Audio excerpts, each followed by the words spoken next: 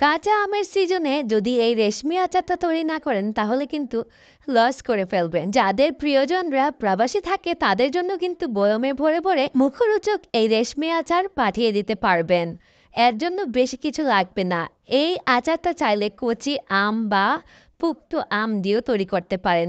আমি এখানে একটু বড় সাইজের দুটি আম নিয়ে নিলাম। আমের খোসা ছাড়ানোর পর একটা নারকেল কোরানো, হাত কোরানো যেটা আর কি নারকেল কোরাই আমরা, এই হাত কোরানো দিয়ে আমগুলোকে কুড়িয়ে নেব। তো কুড়ানোর পর কিন্তু একদম লম্বা লম্বা রেশমি সুতার মতো হচ্ছে, খেয়াল করুন। আর এভাবে কুড়িয়ে নিলেই কিন্তু আমের আচারটা দেখতে রেশমি সুতোর মতো মনে হবে।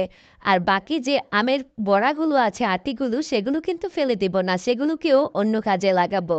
এখন আমি এই কোরানো আমগুলোকে দুই একবার ধুয়ে তারপর পানিতে কিছুক্ষণ ভিজিয়ে রাখবো একটু লবণ দিয়ে। 10 থেকে 15 মিনিটের মতো লবণ পানিতে ভিজিয়ে রাখলে আমটা কিন্তু একটু কচকচে হবে আর কিশমিশের মতো মনে হবে এই আচারটা যখনই খাওয়া হবে। এর জন্যে একটু লবণ পানিতে ভিজিয়ে রেখে সময় নিয়ে তারপর হাতে চিপে নিংড়ে আমি একটা কাপড়ের মধ্যে নিয়ে নিচ্ছি। আমি একটা বাজারের শপিং ব্যাগ যেগুলো কাপড়ের, টিস্যু কাপড়ের, সেগুলোতে নিলাম। তারপর চিপে নিংড়ে পানিটাকে ঝরিয়ে এভাবে করে কড়াইয়ের মধ্যে দিয়ে দিচ্ছি। এ প্যানে দেওয়ার পর আরও একটু তেলে নিব। চুলার হিট আছে মিডিয়াম আছে। খুব ভালোভাবে নেড়েচেড়ে নিচ্ছি, পানিটা যাতে গা থেকে শুকিয়ে যায়। যখন একদম ঝরঝরে হয়ে গেছে তখন আমি 1 কাপ পরিমাণ চিনি দিয়ে দিচ্ছি। দিয়ে দিব ভিনেগার 2 টেবিল চামচ পরিমাণ। আমি এখানে 1 ফোঁটা পানিও ব্যবহার করব না। চিনি দিলে কিন্তু আম থেকেই পানি ছাড়বে আর এই পানিটা দিয়েই শিরা তৈরি হবে।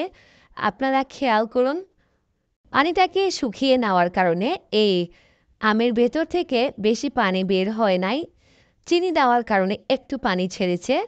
এখন কিন্তু এই শিরাটা অনেকটা ঘন হয়ে আসবে। আমও সেদ্ধ হয়ে গেছে কিন্তু আমগুলো ঝরঝরে আছে। এখানে যদি আমরা চিনির শিরার মধ্যে পানি ব্যবহার করতাম তাহলে কিন্তু আমগুলো গলে যেত। তো আমার এখানে আমি যেভাবে এই রেশমি আচার তৈরি করেছি একটুও গলবে না।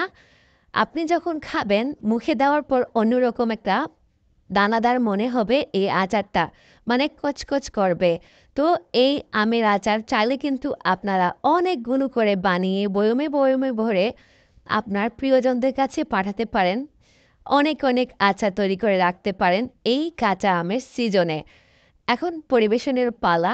একটু ঠান্ডা হলে কালারটা কিন্তু আরও চেঞ্জ হবে, আরো বেশি কচকচে হয়ে যাবে এই আচারটা। ভিনেগার দেওয়ার কারণে অনেক দিন অবধি আপনি এটা রাখতে পারবেন, বছর জুড়ে। কেমন লাগলো রেসিপি কমেন্টে লিখে জানিয়ে দিবেন। সবাই ভালো থাকবেন। আল্লাহ হাফেজ।